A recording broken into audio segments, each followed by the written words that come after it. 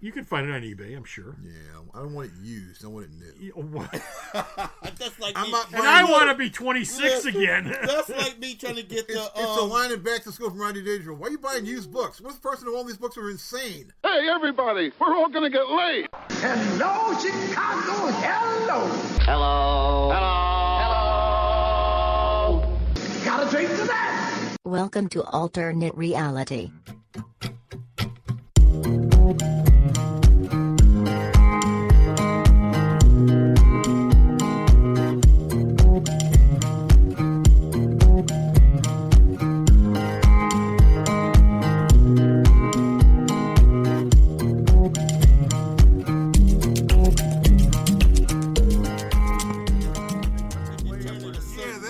As obvious as Henry Cavill's mustache.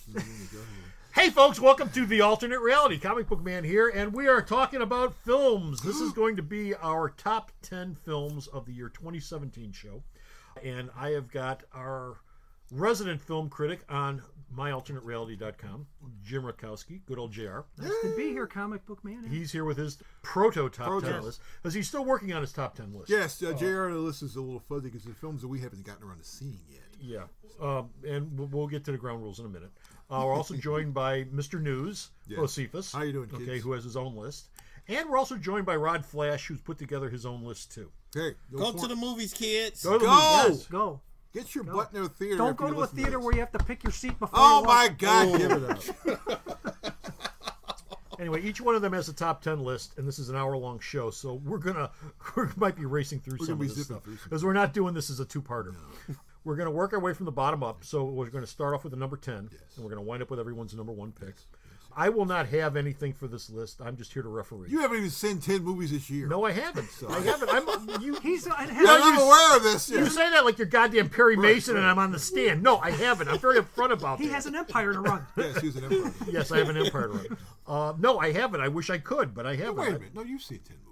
No, I don't think I've seen 10 movies this year. You're talking about, if there have been 10 comic book films this year, then I've seen those. Not only in theaters, but you've also seen movies at home. Well, okay, that, yeah. So I watch stuff at home all the time, but actually dragging my butt into a movie theater and sitting down and watching it, no, I haven't. Whatever was a comic book movie this year, I probably saw.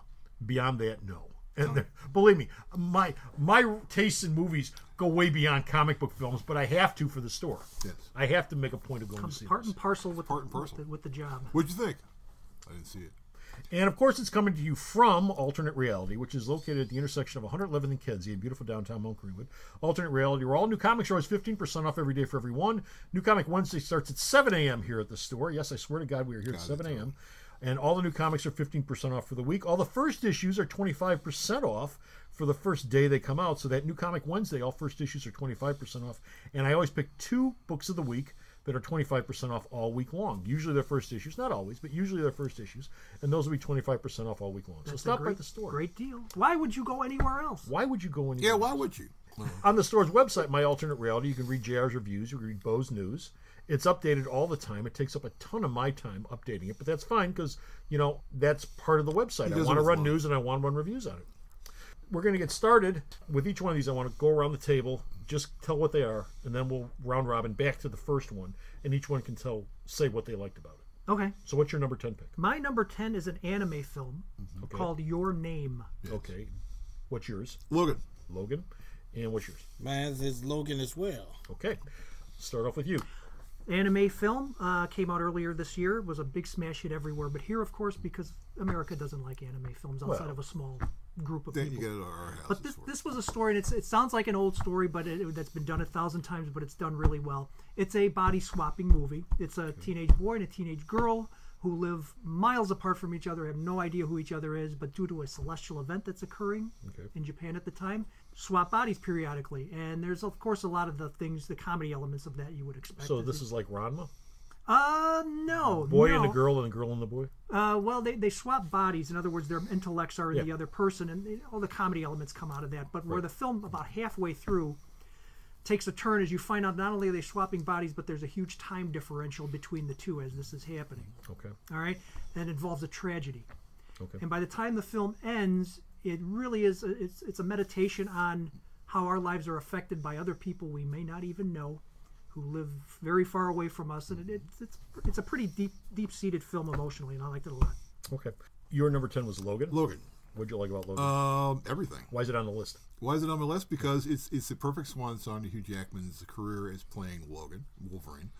It introduces a new character, Daphne Keane, who is X-23, who blows everyone away because they go, who is this kid? My God, this kid's great. Fantastic. Patrick Stewart is great as a old, screwed-up Professor Xavier. A whole bunch of cameos and stuff, and it's just a really good film. And that's your number 10 also. Yes, it is. What'd you like about it?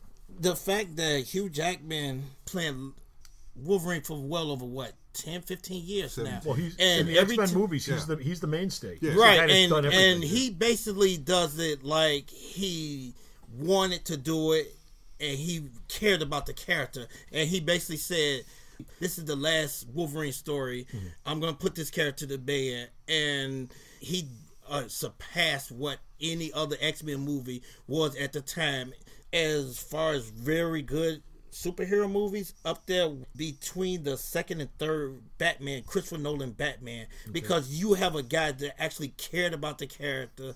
No, Hugh Jackman knew about Logan. This is how I'm going to play it, and this is it.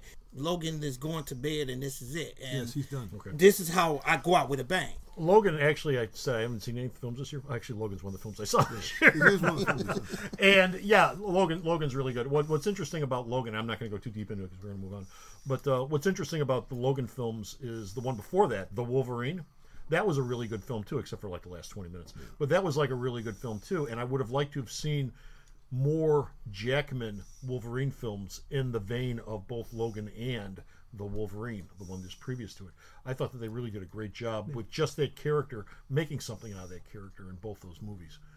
And yeah, I really liked Logan too. I thought it was Can great. I chime in for a moment Yeah. here? It's just outside of my top 10. It's the best superhero film of the year. Yeah. For me, it's the perfect swan song for Jackman's Wolverine. That final shot, that visual moment involving the cross. Yeah, yeah, that's probably great. That's a one cover. of the very it's best a Mark, moments. It's a Mark Silvestri cover. It's one of the very best moments in any comic book film. That was just a great final moment. Yeah. The thing It's simple. They took the but cross it's, and made it's an really excellent eloquent. film. Yeah, it's really eloquent. Yeah.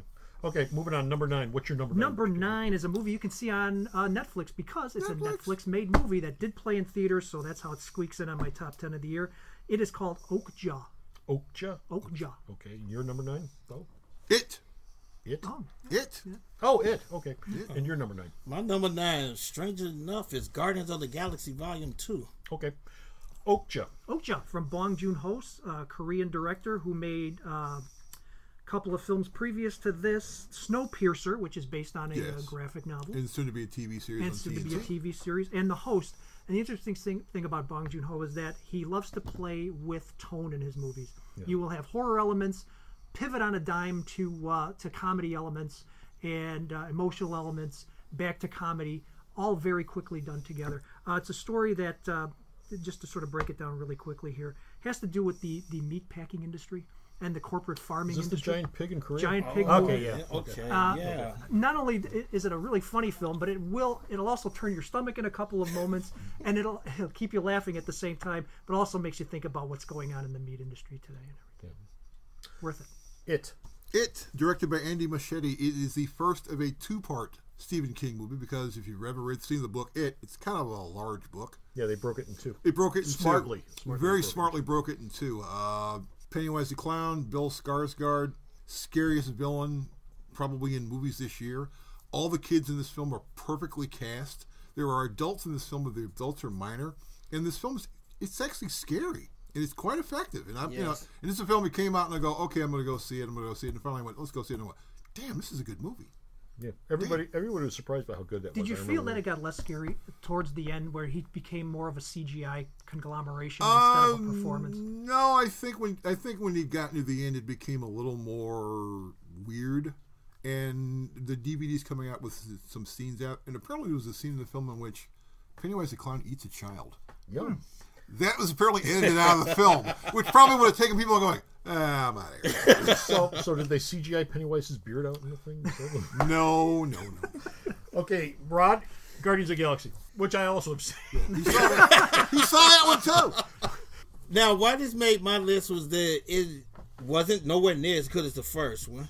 it's one of those movies where I actually cared about the characters. Okay. First one was introducing, which is exactly what you're supposed to do. Like, for those of you who don't know, that's what they used to do in comic books. Well, first issue, you introduce a character, and then you go on and you move this thing along. Every comic book movie ever made, you have to do the origin in the first movie. Right. That's the bulk of your story. Yeah, even though people have already know the origin of walking into the Which is theater. one of the reasons why second films aren't nearly as good, because they run out of shit to do after the origin, because the origin's already done for you. The origin's pre-packaged, pre-made. Here's what you do, and then after that, in the sequels, it's like, now do something with it. But And those it's like, well, I don't know what to do. Those films don't have Kurt Russell. Yeah. Right, you are, of course, Kurt Russell. Problem with anything with Kurt Russell, when it was absolutely good, and there's a lot of things about it that I like.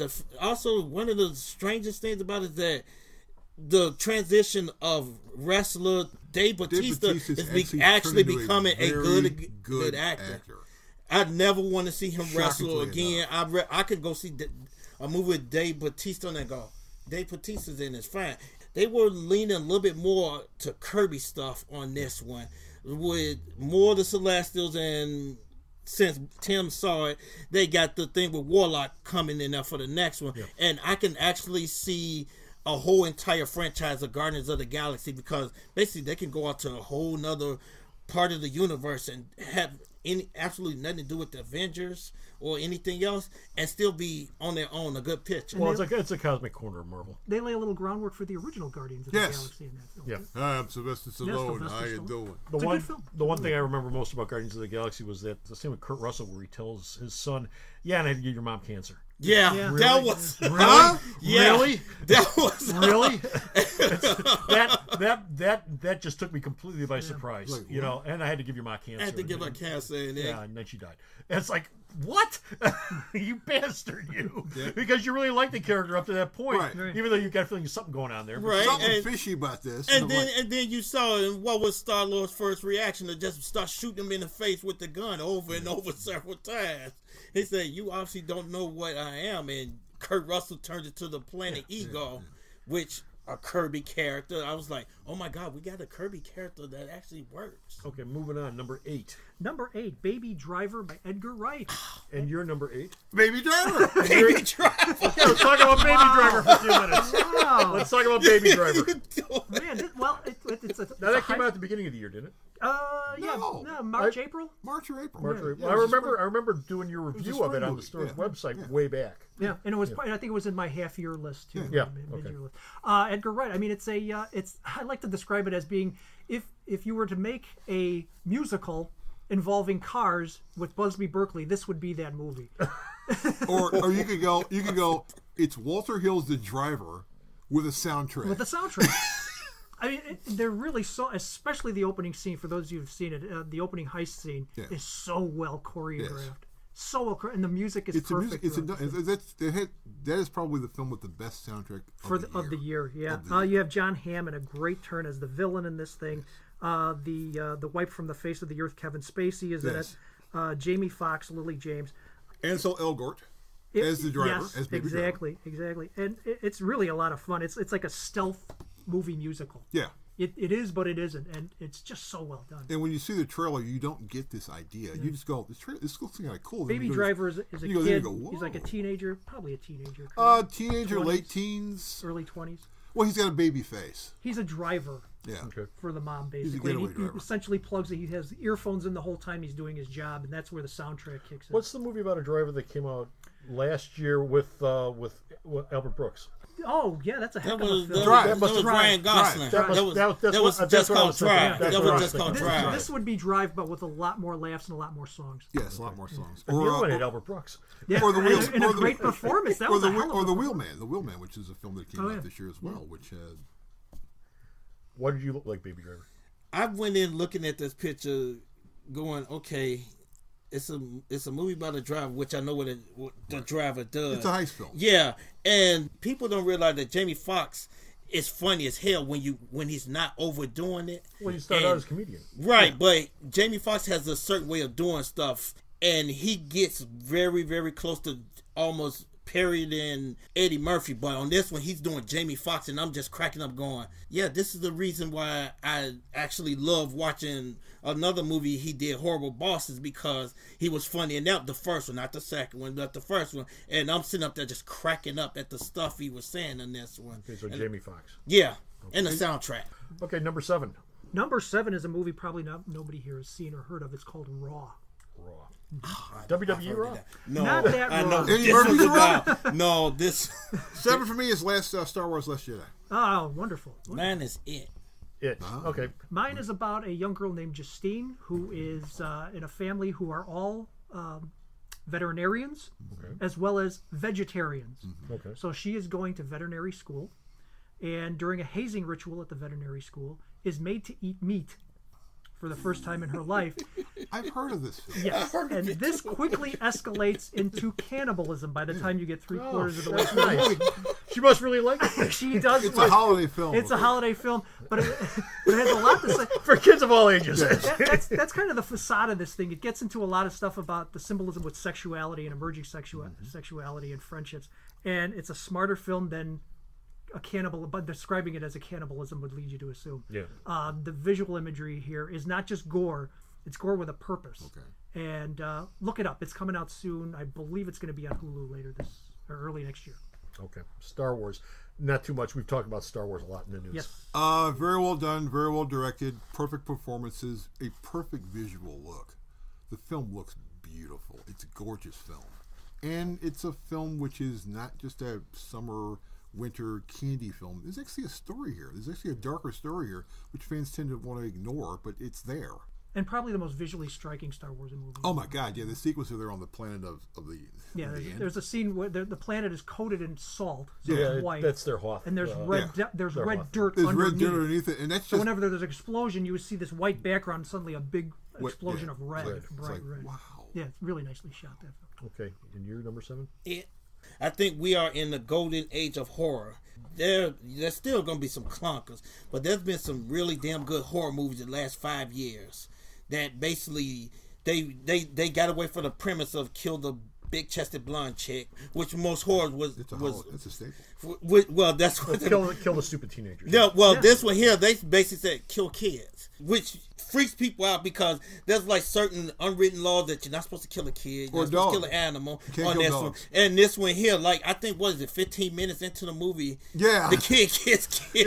Yeah, right away. It's like, and not only that, but from what Bo was saying, this is based on the TV movie, but they did this one smartly. They didn't do the interplay with the grown-ups in it. Stuck to the kids, make it a little horror picture about a creature that's been sitting up there for like every 7 years, and it worked perfect. Yeah, that the town completely ignores except for these kids. They go, It- something I weird's was going on here. I would actually put this up there and say this is about as good as the first Nightmare on Elm Street. Okay. Because I remember when that first came out and everybody was going, this guy's killing people in the drink. Well, now you got a clown that's going around there, and what lures kids into dark rooms or something is a clown until you realize that this isn't just a clown. Right. Okay. Number 6. Number 6, The Big Sick. Last flag flying. My number 6, you have to skip me on that one. I forgot what my 6 was. You didn't write it down? No, I didn't. Okay, I we're memorized to skip my 6. Sick. Big Sick. Written and directed by Michael Showalter, who did Wet Hot American Summer about 15 or 16 years ago. It stars Kumail Nanjiani, who is in Silicon Valley, if you've ever seen that on HBO, and his real-life girlfriend, Emily Gordon. It's based on their actual real courtship. He plays someone very akin to himself, who's a stand-up comic. She as well. And, of course, they fall in love. And we come to find out that later on in the film, she is dying. Okay. All right. And what comes of that is he has to deal with not only his parents, who are staunch Muslims, but her parents, who he's never met before, played by Ray Romano and Holly Hunter, in really, really funny roles. So this film pivots a lot, too, as well. It's also very funny. It's also very heartfelt. And I'm a big fan of Kumail Nanjiani. If you ever see his stand-up on Netflix, he's really good. But this film has a lot of heart. It's got the most heart of any movie this year. Is he the guy that's also on the Daily Show? Is he correspondent Yes, to the Daily Show? yes. Okay. Okay. Yeah, I just listened to him on Fresh Air the other day. They reran an interview with him. Yeah. Yours? Last Flag Flying, directed by What is Richard Linklater, starring Steve Carell, Bryan Cranston, and Lawrence Fishburne.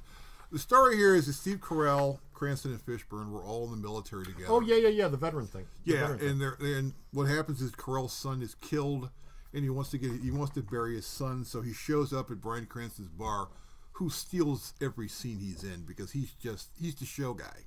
And he says, I need someone to go with me to bury my son. And Cranston goes, okay, I haven't seen you in years, but I'll go for this. And as they're going, they go show up at Fishburne's place and goes, hi, I need you to come with us and also bury my son. So it's about them going from where they are to bury the son, and there's a whole bunch of stuff going on. The death of the son is not exactly what they expected. They want to do things that the military does not want them to do, like take the body themselves and not have the military do it. He doesn't want the kid buried in Arlington Cemetery. It's a dramatic film. It's a comedy. It's hilarious. The film's funny as hell. It's a dramedy? It's a dramedy. It's also, have you ever seen The Last Detail? Yes. I was just going to bring this Daryl up. Ponsigan, who wrote The Last Detail, is the guy who wrote this film. Well, Richard Linklater, director, said it is a spiritual follow-up to The Last Detail. And it feels a lot like The Last Detail. It basically, because The Last Detail is, Jack Nicholson and Jimmy Randy Quaid and going, taking someone away. And it's got the same feel to it. They take a kid into the military or out of the military, I forget. The Last No. Detail. Well, no, They're shepherding some kid either in or out of the he's going to the military. brig. He's going. They're taking him to the brig. They're taking him to the brig. Yeah, and Nicholson's taking him to the brig. And this is basically it's more or less a follow-up to the film, and it's a great film. Not a lot of people saw it, and another great dramatic performance by Steve Carell. He's perfect in this film. Yeah, Linklater's one of my favorite directors. You didn't have anything. Not for that one. You can't remember I your skipped it. Number 5. Dunkirk by Christopher Nolan. Oh, Dunkirk. What's yours? Wind River. Wind River. And Split. Split. Okay. Yes. You remember number 5, but you don't remember number 6. Yeah, I don't remember. How does that work? Okay. Dunkirk. Dunkirk. This was the Dunkirk. movie of the year. You really needed to see this in a theater, in IMAX, on the biggest possible screen you could, and outside of the visual element. The thing that Nolan does here, we have a lot of expectations about war movies. We expect inspirational speeches. We expect moments where the men are thinking about their families at home or their wives and then thinking about what's going to happen after the war. None of that here. No. It is all up to the minute, what's happening right at that moment during that battle, and it's punctuated with long stretches of waiting, and suddenly you have to make split-second decisions while during this whole thing, and it's all about that sort of at-the-moment war. Okay. And I think it's one of the best of these. It's one of the best of the year. Wind River, directed by Taylor Sheridan, who's become one of my all-time favorite guys. Every year, Sheridan comes up with a film about this time of the year, which is great. It stars Jeremy Renner and Elizabeth Olsen. It's basically a crime film set in the Arctic, more or less. Renner's a hunter, and a girl gets killed. They bring in Elizabeth Olsen from the field offices of Nevada. She's in the middle, and she's basically in an Indian reservation, and they're trying to find out who did what. And it also stars John Bernthal, who's also in the film, in a role you don't expect him to play in. Perfect crime film. It doesn't go for the cliche. Most crime films, okay, Renner and Olsen going to hook up. They don't. They don't even come close to the concept of hooking up. So I'm like, this is original, and this is quite smart. It's a film that was part of the Weinstein effect, where they basically scrubbed Weinstein's name completely and totally off the film so that people wouldn't go, I'm not going to go see that because this jerk did it. But it's a great film. It's on video. Go out and find it. Split was a movie that caught me by surprise because it's by this director named M. Night Shyamalan, who we all said he's past his prime. Okay. He comes out swinging with this one. This is about a couple of girls who gets kidnapped by James McAvoy. Okay, yeah. And that's one little thing wrong with James McAvoy is that he has 23 personalities in it. So it's like a little bit of silver, but it's a little bit dark. And M. Night Shyamalan has his way with James McAvoy playing these characters. And each one of the characters he plays is believable. It's probably a movie that threw people off when they went to go see it because, like I said, it had his name on it, M. Night Shyamalan. They go, oh, him again. But once they saw it, people was walking out of the theater going, damn, what did we just see? Was this a thriller? Was this a horror movie? What in the world? Man, was this good? And it was one of the best movies I've seen this year. And it does have an ending that harkens back to a previous Shyamalan. And it is he's setting up the film that's being shot right now called Glass because it's hooked up with Unbreakable. Yeah. Well, Unbreakable was one of his one of his prime movies. That Well, M. Night Shyamalan, he's got his own universe, just like Stephen King has his own. By the universe. time you got to Unbreakable, that was where he was still up. He was still up top, Right. And then once Unbreakable came out, he started drifting down to the dregs of society. Yeah, I've sort of been waiting for him to do Twilight Zone episodes. Okay, with that, we're going to take a break. We're at the halfway point, and we'll be right back after this with 1 through 4. Every Sunday is super at Alternate Reality with our Super Sunday Sale. Each Sunday we pick a different character, family, or publisher, and we discount all of their comics and trade paperbacks 25% off all day long. What we pick for the sale is different each week, but each Sunday you'll save 25% off. And that's all day long, all day Sunday, only at Alternate Reality. JR, what's your number 4? Number 4 is Get Out. Get Out! Get Out. What's yours? Blade Runner 2049. And yours? Wonder Woman. Wonder Woman. Oh, another terrific. Get Out! Get Out. Yep. Stars, was directed by Jordan Peele.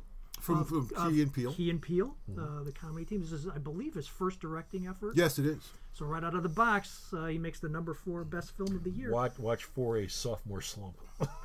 Very possible. Who knows? Who knows? With him, I doubt it. No, well, I mean, I'm not looking forward to it, but that happens a lot I doubt with it. somebody who comes out of the box with guns blazing. Yeah, and he's probably going to be up for an Oscar this year. He too. could be. Young African American man who Daniel has, Kaluuya. who has a white girlfriend, and they are going to visit her parents for the first time. They introduce the boyfriend.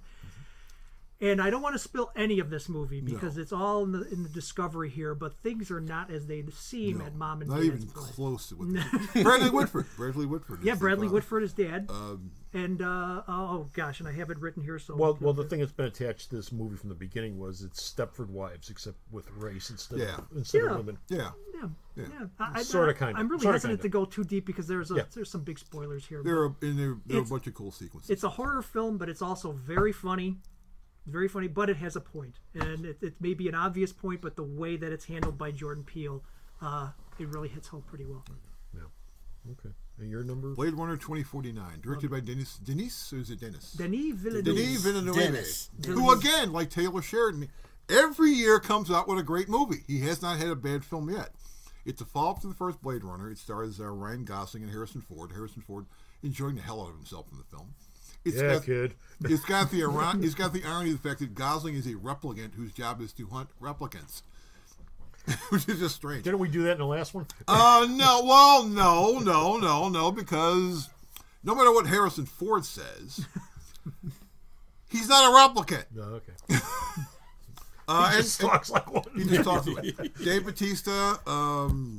Yeah, it's Jared Leto, however. Jared Leto, I don't dislike Jared Leto's performance here, but he's not given a lot to do. If I ding the film for anything, it's Jared Leto's performance. Yeah. In this thing. It's a little bit too over the top for me. It's weird. But, it's the rare sequel that's better than the original as far as I'm concerned. And also a film with a perfect visual look. Yeah. That last shot with Gosling laying there on those steps, you're like, damn. Or the whole bit where they're going into Old Vegas, and you're going, oh shit, they're going into Old Vegas. Yeah, that Old Vegas sequence is really well done. And it's like, and the fight, the two of them beat the crap out of you. Go, okay, we're tired. You want to fight? Yeah, we're done fighting. Okay. I have Wonder Woman for mine. Okay. Now, I went in going to this movie going, okay, I'm going to give DC a chance here because they did not push this movie at all. I go in and I look at it and I'm thinking back to being that kid that saw Superman for the first time. Man, was that a good movie. I did the same thing with Wonder Woman, shockingly, because to me, Wonder Woman is supposed to be up there in that like top 10 of the greatest heroes of all time. But they didn't downgrade the character and they totally made you forget about the TV show thing.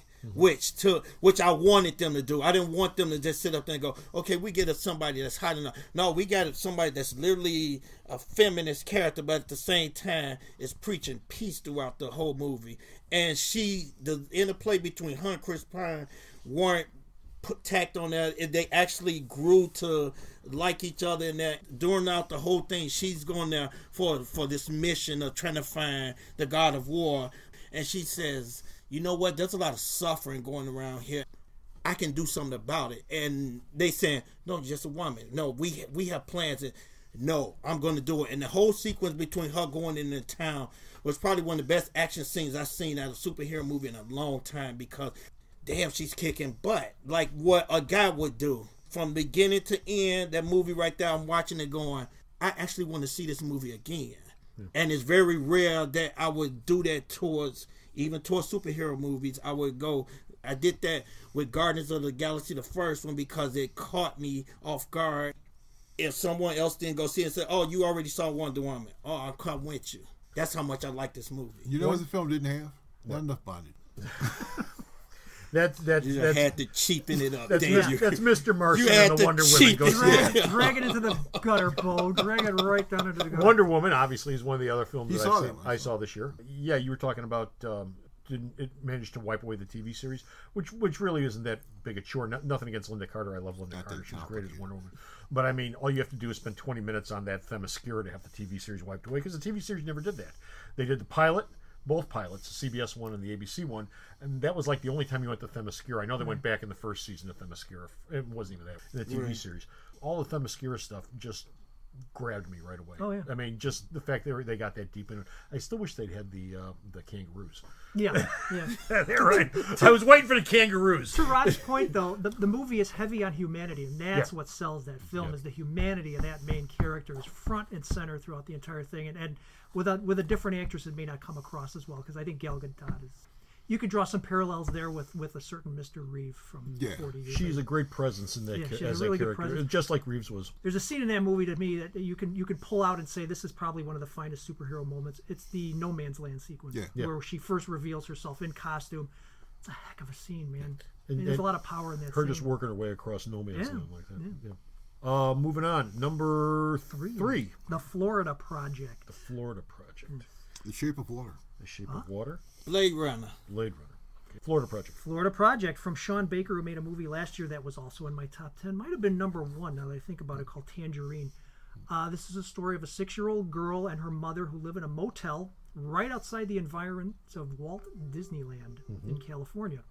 The hotel's called the Magic Kingdom. It's a terrible motel. It's run by Willem Dafoe. He's the he will probably have an Oscar nomination this year. Mark my words, kids. Willem Dafoe for Florida Project. Mom goes to work during the day, and the 6-year-old and her friend are free to roam around wherever they go in the neighborhood. It's a real slice of life movie. It doesn't pull any punches. Dafoe, as the landlord, sort of looks over this girl because he realizes there's no dad in the picture and mom is gone most of the time. It's a really warm film, but again, it doesn't pull any punches as to what's going on in that neighborhood, so it feels almost documentary-like at times. Look for it. That's also coming to Netflix in the next month or two. Guillermo del Toro's Shape of Water. This is a film that basically fits in a bunch of... It's a science fiction film. Monster movie. It's a comedy. It's a musical. It's a love story. It's a musical? Sort of. Yes, it's a musical. It's got a couple of numbers in it. Really? Oh, yes. And there's a number... And I hear it's also a treatise on how to masturbate.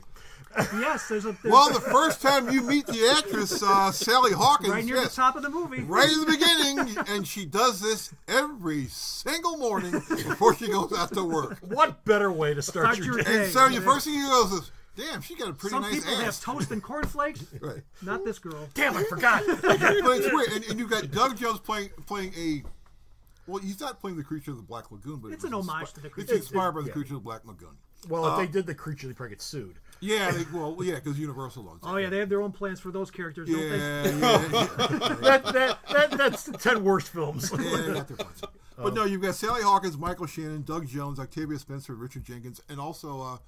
I forget the actor who's in Boardwalk Empire. Michael Stuhlbarg. Yeah. Perfect film, perfect casting, great dialogue. The film looks perfect. You kind of have to get your mind into seeing this. This is not a film you walk into without a mind of going, okay, there's going to be sex. Because, they hit you with that right away. There's going to be weird sex because she's having sex with a merman. You've got Michael Shannon, who's actually perfect in this film. He's playing the heavy again, though. Yeah, he's playing Zod again. No. His performance in this film is light years beyond what Zod is. Yeah, okay. His character in this film is amazing. There are points in which there's points in the dialogue where he's saying stuff and you're going, what? It's like he's eating candy all the time. Why is he eating candy? And he goes to the part where they explain why he's eating candy. He gets his fingers cut off in this film. They sew him back on, and you're watching his fingers basically blacken and deteriorate the entire run of the film. And there's a sequence in this film in which if the film wasn't working, you would be completely checked out of it. Yeah. It's a musical number. It's a musical number, a Busby Berkeley musical number, and if the film wasn't working, you wouldn't know what the hell's going on. I assume it's some sort of fantasy thing. Yeah. Or dream sequence. It's a dream sequence. And Richard Jenkins is great playing a guy with a hairpiece, who's on and he's gay, and you get a whole thing about perception and attitude and behavior, because Jenkins' character doesn't talk. She had an accident when she was a kid, and so she works in this factory, and that's where they bring in, the creature. And Guillermo del Toro did this Guillermo movie. del Toro. He's probably one of the only people that could pull this kind of thing off. He is the only director that could have pulled this off. But he's really engaged with the material. I mean, you can look at Pacific Rim, which is a decent enough film for what it is. Yeah. But that feels more like a Hollywood exercise than anything else. But here This you can see where he's really engaged. This with is an independent film that he wanted to do, and like Sparks Searchlight said, go for it. And apparently there are 2 other films coming out of this little deal he's got for Searchlight. 2 other independent But he's films. ever going to get to do his oh gosh, why am I blanking on? Well, he's doing Justice League Dark? No, that's supposedly Justice League Dark is apparently dead.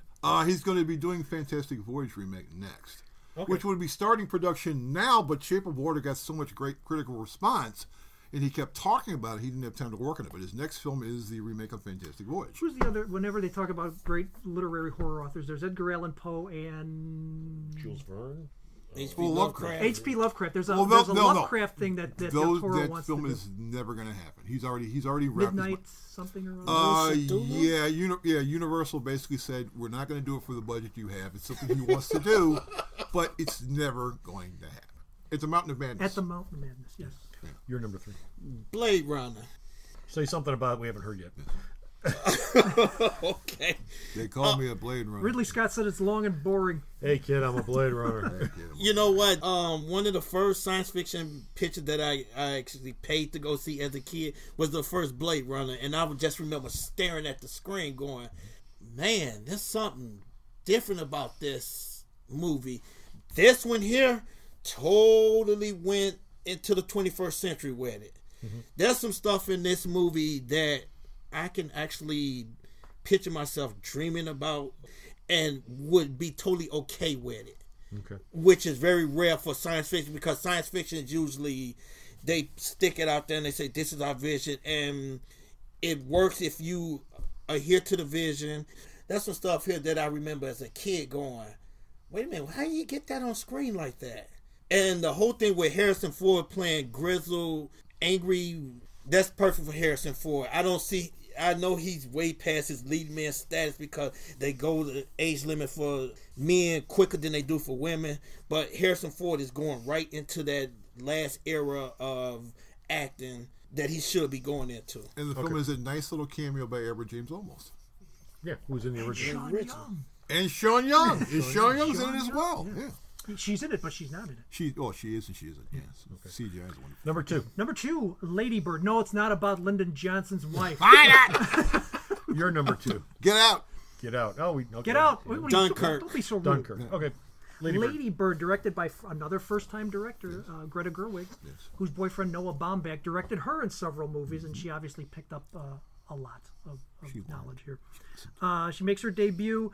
This is a story about a teenage daughter played by Saoirse Ronan, Irish actress doing an American accent in this film. Living with her mother and father. Mom is Laurie Metcalf, Chicago's own Laurie Metcalf, in another Oscar-nominated potential performance here.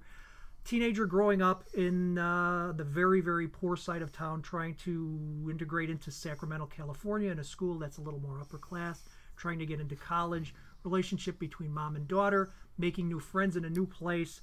Again, this sounds like something that might have been done to death before. Yeah. But it's a really affecting way of looking at relationships in this movie.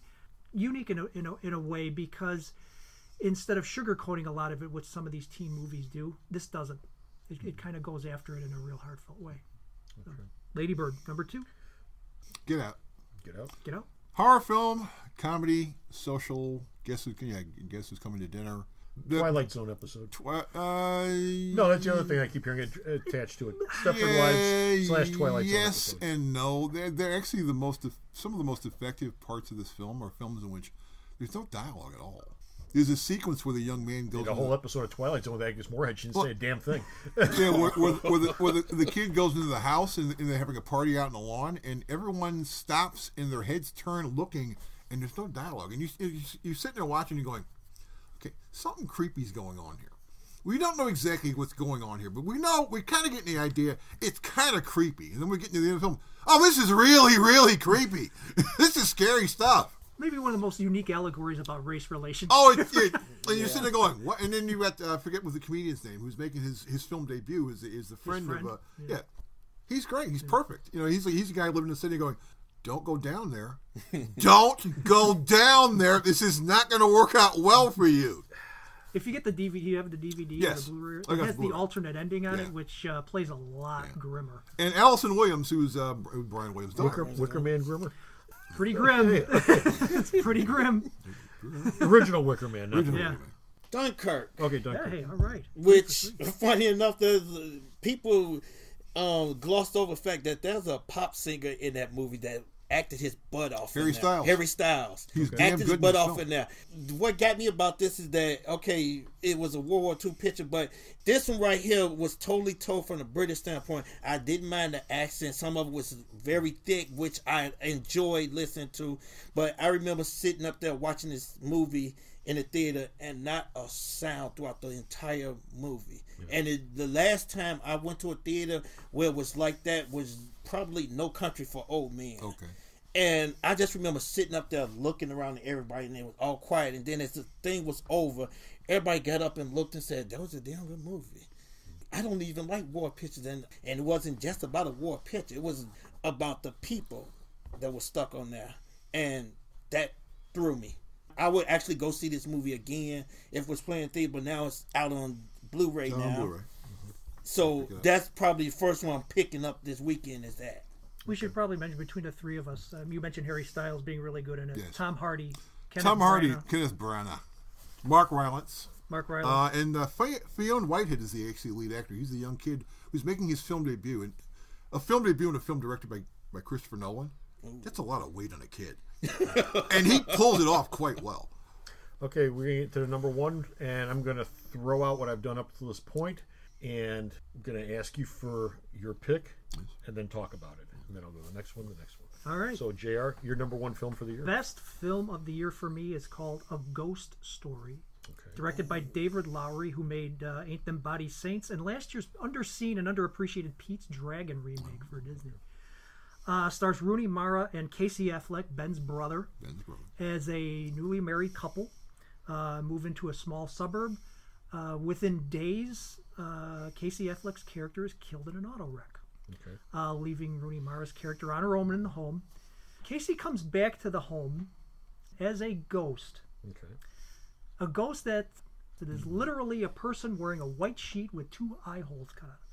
Now, at first, when you the first glance at this, you think it's kind of silly, but the more you think about it, that vision of what a ghost is reverberates back to our childhoods because we think of things like the Charlie Brown Halloween special and the ghost. The ghost is there. It's not one of these where he's trying to scare her or make his presence known. He's basically observing her. And the film becomes a meditation about how we make connections with people and how those kind of dissipate over time. She begins to move on with her life eventually. He's still there kind of watching over everything. You can tell he never speaks during the course of the thing. He's just this presence. You can sense that he's beginning to lose connection with her. Another family moves in and he's still there, even though he does pop in on her once in a while. It even time jumps many years ahead at some point and many years previous to that at some point. And eventually the ghost no longer has any connection to time or the place or the person that he was married to. And you end up, this thing stuck with me for days afterwards because it does talk about how we make connections with people and what happens possibly after that. And any movie that kind of sticks with me for 3 or 4 days afterwards, I kind of have to put it at the top of the list. So there's one scene in the film. It's kind of polarizing for people who have seen it and loved it. During her grief process, Rooney Mara's character eats an entire cherry pie in one sitting in real time. Okay. So we sit through 10 minutes of her, 10 or 15 minutes eating a cherry pie. Hey, she really liked it. But you understand that it's coming from a point of grief and trying to get over things, and she just devours a cherry pie. And she likes cherry pie. Yeah, exactly. Okay, Bo, yours? Dunkirk. Dunkirk, the best film of the year. Dunkirk. No, I can't do Dunkirk. it. Anyway, I've heard of it's it. another. Well, Nolan does the same thing he usually does. He does the shifting time thing. Yeah. But it isn't really as annoying as it could be in other films. And also, Michael Caine's in this film. Yeah. He's not in the film. He's a voice on the radio. Yeah. We're talking to okay. Tom Hardy. Okay. And as I'm sitting in the theater, I go, damn, that's Michael Caine. And Nolan always finds a way to sneak Michael Caine. Yeah, and Tom Hardy, and Hardy's like not connected to this stuff, but he's connected to this stuff. He's a bomber pilot, so he's basically talking to his partner and everything. His last sequence is just brilliant. He's got planes down, he sets it on fire, he walks up, he's going to be captured, he sacrifices himself. It's great. And there's also my favorite part of the film this year, when Kenneth Branagh realizes they're going to be saved. It's done perfectly. Yeah. He just looks around and he smiles. And we have no idea what he's smiling about. And then we go, oh my God, they're being saved. Mm-hmm. And also you get this quirky thing. Cillian Murphy's playing a guy who's shell-shocked. So he's basically, we're going to Dunkirk. And he's around with his boat. No, we're not. This is where we're going, son. We're going to Dunkirk. No, we're not. We can't go back there. This is where we're going. And so we're just playing a coward for a change. Yeah. None of the tropes of war movies are done here. This is all no, and the opening's perfect. I mean, you get the kid running through the streets. You don't know what the hell's going on. You're like, what? Huh? There's no Americans in it. It's all told from their perspective. Rodney, this is our last chance to get Justice League in here, so I'm hoping. This is your shot. This is it. Your number one film. Get Out. Get Out. Wow, Yeah. man, we're in agreement. Get Out. This movie, like I was saying earlier, I'm so glad that I'm watching a golden age revival of horror where you getting people that's actually respecting the genre. Okay. This one right here is basically Guess Who's Coming to Dinner if it was done Twilight Zone style. Yeah. I'm finna make a confession. I first saw Stepford Wives 2 years ago. Okay. The original one. The original one. Okay. It came on TCM at like 1 o'clock in the morning. I said, I always keep glossing over it. Let me watch this thing. I'm watching it in the end, and I'm sitting up there going, well, what the hell? He traded her in. This one right here, I'm sitting up there going, watching it, and people sitting up there going, okay, is this one of those kind of horror movies where you laugh at and stuff? And it's like, no, you got to watch the movie. I watched the movie, and towards the end of it, I'm sitting up there looking around going, damn, what a good movie. You could have went one way, made a sociological experiment, but that would have totally rubbed out what you were doing, what the director was going with. And Jordan Peele, he sort of has like a twisted little mind for him, because he's even gotten to the point where you sit up there and go, this is Key, this is the same guy that did, give it a chance. And after the movie was over, we're going, did you understand that movie? Yeah, I did. I loved it. And I think that's why he got tapped on to do the revival of the Twilight Zone, because he knows that what Rod Sterling worked in there is you take a movie where you think it's going to go one way, and I can count on my hand about maybe 10 or 15 episodes of Twilight Zone where, man, where did that come from? That's exactly what Get Out did. Well, what you're talking about is the O. Henry ending. Serling would do that with the Twilight Zone. If you read any O. Henry stuff, O. Henry would have a twist ending at the end of most of his short stories, where he's going along and you think you know what's going to happen, and then everything pivots in the last page or two into something completely different. Serling mined that to death in the Twilight Zone. It's a perfect case in point. The Burgess Meredith one. Everybody gets killed. He's left alone. He can read. He's all set to do what he's always wanted to do all of his life, and sit alone and read books. And he breaks his glasses, and he's alone in the world, and there's nobody to fix his glasses, and so he ain't doing a damn thing. So, be careful what you wish for, because you probably won't get it. So, that's everybody's top 10 list. We'll be back right after this with a question I have for all three of you. And it's not the Rorschach test. Oh, okay. Folks, there really is no other store that has as many sales as Alternate Reality. Beyond our signature sale of 15% off all new comics, we also have specialized sales peppered throughout the week, month, and year. For example, did you know that every Thursday is Ladies' Day at the store? That's right, ladies. Stop by the store and you'll save 20% off all of your purchases all day long. Ladies from 8 to 80 get a 20% discount on everything all day, every Thursday, only at Alternate Reality. We just did the top 10 list for 2017. I want each of you to give me your opinion of where you think the film industry is right now. for 2017. I mean, we could talk about the comic book industry we had before, but what about the film industry? Where do you think we're at, JR? We are at the cusp of things changing dramatically, I think.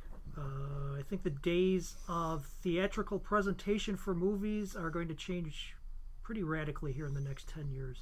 With streaming in the home, and box office being, attendance being down, I think that's all shifting. And the theaters are not doing themselves any favor by talking about having tiered prices now for seating. Yeah, that was AMC. Tiered prices? That's the newest thing. AMC is talking about doing tiered pricing. So how is it going to be tiered? You would basically down front is cheap and in back's expensive? Along those lines, yes. Yeah. They're thinking about it. It probably won't happen, but they're thinking about it because it would sort of annoy people. Conversely to that, the best thing to happen to the art house of the independent film is streaming and Netflix and all that sort of thing, because it's bringing it to homes that people were never going to go out and see these things in theaters. No. Now they can watch them at home. The big budget blockbuster will still always be there. People will go out for that. They'll go out for your superhero films until they get sick of them. They'll go out for a Star Wars movie until they get sick of them. That's not going anywhere anytime soon, but the lesser films, I think that's all going to go to the way of the streaming model. Okay. Are films good now? Yeah, I think this is as good a year as I think films are quite good. It's not the films, but you've got that option of you don't have to go to the theater. We certainly have a lot of choice now. And you've also got you've got a bunch of new players of the game, which you didn't have before. You've got Amazon, you've got Netflix, you've got you've got Apple. It's an embarrassment of riches. Hulu. Well, Hulu hasn't gotten to the movie part yet. Hulu's good for TV. There. Apple is next. They're getting that way. Apple's next. But theaters have gotten better. Reclining seats? I don't need. I'm only there for an hour and a half to 2 hours. I don't need to put my feet up. The reclining seat thing bothers me. Yeah. No, I can't. Well, that's a I don't step have a from problem with falling I don't have a problem with the reclining seats because I don't recline in them. I just sit in them like a regular person. You know what my problem with reclining seats is? This is gonna sound stupid, but I've been going to movie theaters since the 60s. Okay. I don't know what's living in those seats. Oh, yeah. The old seats, were sort of like folding chairs, right, in that you could always see underneath. And you could still have crap running across your feet in the middle of the thing, but you don't know what has gotten inside that seat and is living there. And that bugs the hell out of me when I'm sitting in it, because you don't... I've been in many theaters where I've sat there, watched the movie, and you look down in the aisle, and way up in the front you see something moving across the floor in the light, and it's not a dog, and it's not a cat, and it doesn't belong there. Well, the nice thing about the reclining seats is there is nowhere in between the seats for you to drop anything. Well, there's that. Yeah, they're tight, so there's no space there. If you want to drop stuff underneath it while you're reclining, go right ahead. But yeah, the seats are set up so there's no space there. And maybe the worst aspect of the theatrical presentation right now is the patrons. Yes. Well, that's always sort of been. It's always been there, but it's grown worse because there's the talking mentality. There's the cell phone mentality. The cell phone thing is something new that's really gotten It's a real worse. problem. Well, there is seeing cell phones light up in front of you. That goes on in if you're in the Japan. back row. There is a program out there that is in Japanese movie theaters that you would go into the theater and your cell phones wouldn't work. You're getting into a privacy area there too. I think that they don't want to. They don't. Yeah, and I can just see that keeping people away from theaters when you're trying to get people exactly works for me. Exactly. I mean, there was. Well, the problem is they can't build the film industry on your admittance. The industry waffles. There was one point where they said they were going to have them not be able to bring cell phones into the theater or turn them off or whatever. Now there's some chains that are saying we're going to actively promote that you can use your cell phone during the movie. Oh. That's the worst thing you can do. Kind of stupid. Not a fan. No. Okay, Rodney, where do you think we're at in the film industry? As far as movies going, future movies. 2017 movies. I keep on this golden age of horror, and the reason why I do it is because I was petrified of horror movies. I mean, petrified. But then when I started watching them and started analyzing them and everything, I started getting into them. And then they went up, and it was like, okay, we can do this, and we got to follow a certain formula. Well, now you don't have that anymore. I think it started when Asian horror started. It was this movie called The Ring that basically took everybody by surprise, and then people kept going, I got to see this movie, The Ring. Oh, no, this movie is 8. You don't want to see this movie. Hollywood tried and failed to make a duplicate of it, but Asian horror kept getting more and more and more out there. There's also this groundswell of Australian horror movies. There's a movie that came out 3 years ago called The Babadook. It's probably one of the scariest children movies I've seen in a long time. I still watch it and go, I gotta watch this in daytime because that's stuff under the bed and stuff that gets to me. That followed by this movie called It Follows, which is probably one of the most smartest movie. That movie right there, if we were doing ratings, I would give that one 5-star because I'm sitting in the theater going, why nobody ever think of this concept? A sexually transmitted serial killer. You get killed by having sex with the person. The only way you can save yourself is you have to have sex with the next person. It sort of reimagines Halloween as being a sexual disease. Wasn't it a Torchwood episode? It was a Torchwood episode. No, that was actually an early Torchwood episode where a guy would have sex with a woman and then he turned to dust or something. Yeah, something like that. Yeah, but if I remember that. I remember that because at home, Shannon and I started watching Torchwood because we watched all the Doctor Who's, and we got as far as that episode when Daddy said, "We're not watching this anymore," because I wasn't expecting that. That was for the adults. But Torchwood was the adult show. To Rodney's point, you're exactly right. The horror film has had a renaissance in the last 5 years, and I think it's because Hollywood sort of gave up on it, and it went to the realm of the indie.